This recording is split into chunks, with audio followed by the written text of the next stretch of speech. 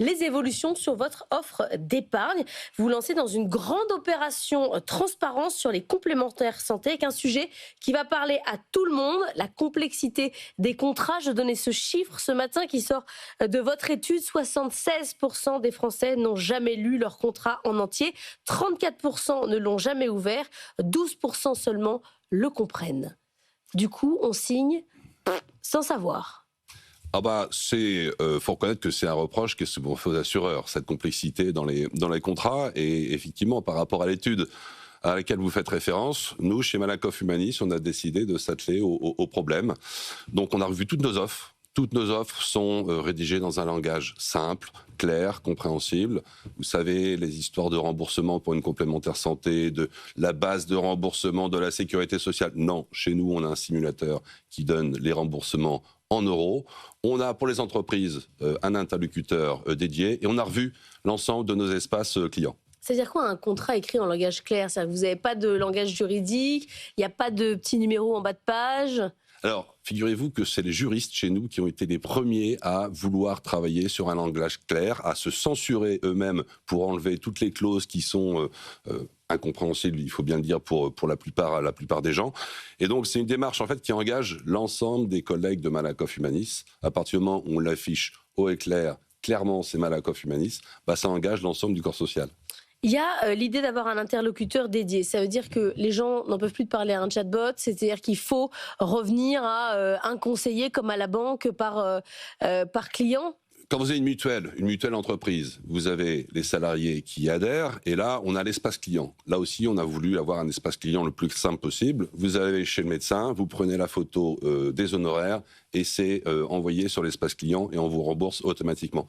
Pour les entreprises, pour le DRH de l'entreprise, là aussi, il a un rapport avec nous, lorsqu'il y a un arrêt de travail, lorsqu'il y a un cas d'invalidité, etc. Et là, on a mis en place un interlocuteur dédié pour ces entreprises pour qu'eux-mêmes s'y retrouvent dans cette complexité que représente la protection sociale en France. Mais ça veut dire quand même qu'on revient sur l'idée qu'il faut du service client de qualité, avec quelqu'un que vous connaissez, qui n'est pas délocalisé et qui ne parle pas assez mal la langue, c'est ça l'idée? Tout à fait, et on a des premiers résultats, c'est-à-dire qu'on a moins 20% de réclamations en un an, on a moins 20% d'appels de nos assurés qui souhaitent avoir des renseignements.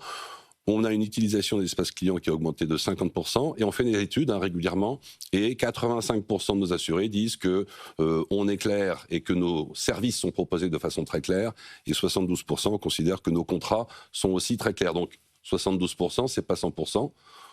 On a encore du travail à faire, mais c'est vraiment la direction dans laquelle on va. Il y a un sujet satisfaction client, il y a aussi un sujet fraude. Plus c'est complexe, moins on arrive à savoir d'où vient la fraude. Alors la fraude, c'est un cas très important. C'est bien sûr important en matière financière, mais c'est aussi important en matière de justice sociale.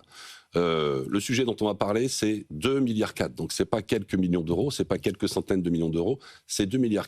Chez Malakoff Humanis, on a trouvé 80 millions de cas de fraude l'année dernière. Donc si vous étendez ça à l'ensemble du marché, c'est plus de 1 milliard de cas de fraude qui sont identifiés. Et on est des complémentaires. Donc on intervient après la Sécu. Ça veut dire que la Sécu a payé aussi. Et lorsque les assureurs ont payé 1 milliard, la Sécu a payé 1,4 milliard. Donc ça veut dire que le potentiel de détection à date, c'est 2,4 milliards. Et on n'est pas reconnu comme acteur luttant contre la fraude. Si on était reconnu comme un acteur luttant contre la fraude, c'est probablement le double qu'on pourrait aller chercher. Mais c'est-à-dire, il y a un statut particulier?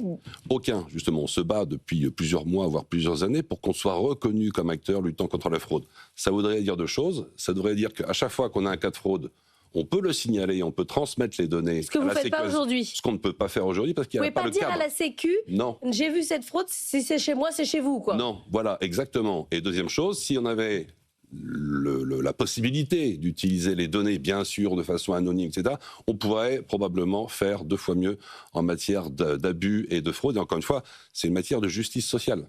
Oui. Vous voyez quoi comme type de fraude? C'est de l'erreur, c'est